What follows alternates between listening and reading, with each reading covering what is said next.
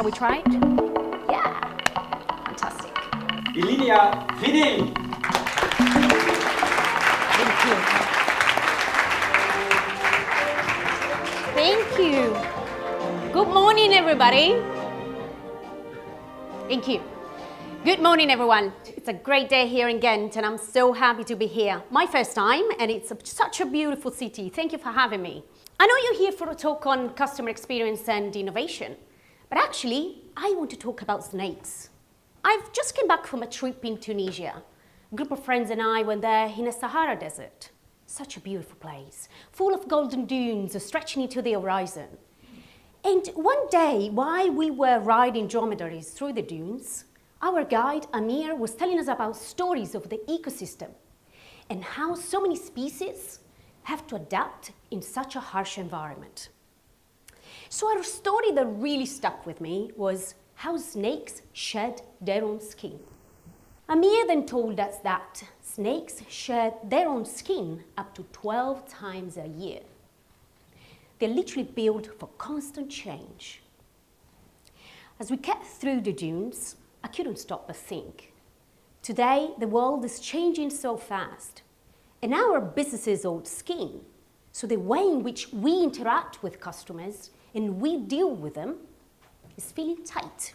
If we want to grow, and if we want to stay alive in the minds of our customers, we need to do what the snake does.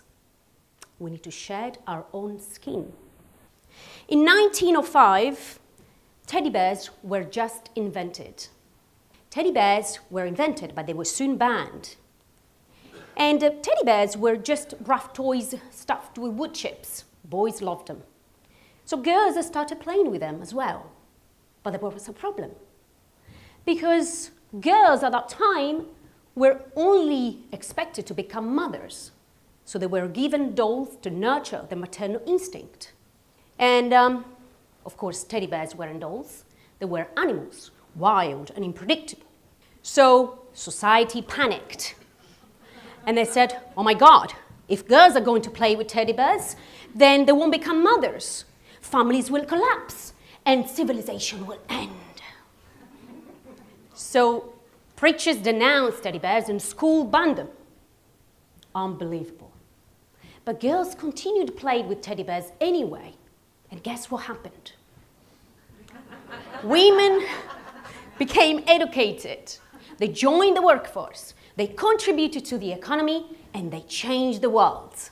Those companies that keep being fearful with fears will keep banning the bears. But the real dangers today, it is not the new, it's the old mindset of we've always done this way. Meanwhile, smaller businesses, more agile, more innovative, and closer to the customer. Now, question, who are the most creative people in the world? What do you think? Children. What are children very good at? Asking questions, yes. Anything else? Creativity, imaginations, and they're fearless. What are we good at? Adults. Risk control. We're good at saying no. We're good at putting rules, processes, bureaucracies, and policies, right? That's a real tragedy in businesses. In the early 2000s, Lego was in big trouble. Debt was mounting and sales were collapsing. And by 2003, they were on the verge of bankruptcy. But then became a moment of humility. And they thought, we stopped listening to the very own people that play with our products. Children. So they sat on floors, in playgrounds, schools, and they seriously, just literally, watched children play for hours. And children weren't looking for massive digital spin-offs or complicated things.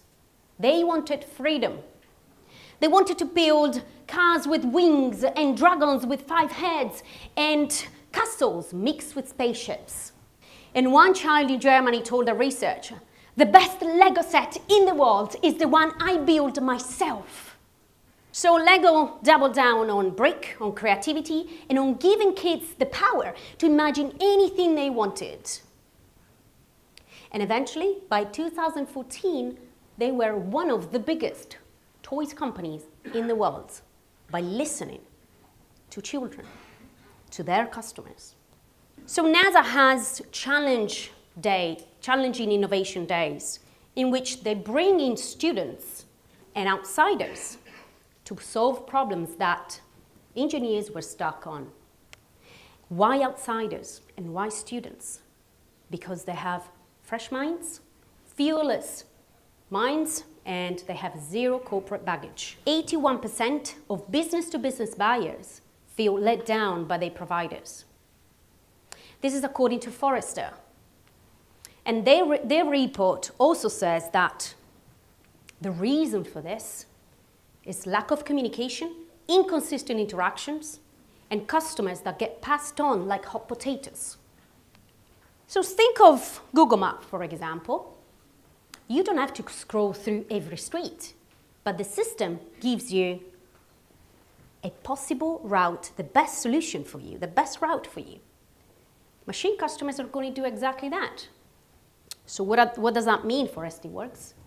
That if we're not machine ready, then we'll never appear on the map. So how do we become machine ready then? We need to be easy to find. We need to make our information clear and open so that machine can spot us. We need to be easy to connect, make sure our systems can plug in smoothly to others.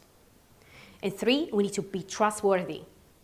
Now it's your turn to shed your own skin, get rid of old mindsets and old ways of doing business, and start developing a new skin, one that fits the future and customer expectations. Raise your hand if you're ready to shed your own skin. I love that. I can see some people at the back, they're not raising the hand. What's going on there? Okay. Thank you so much, everyone. And I wish you a beautiful day. Thank you.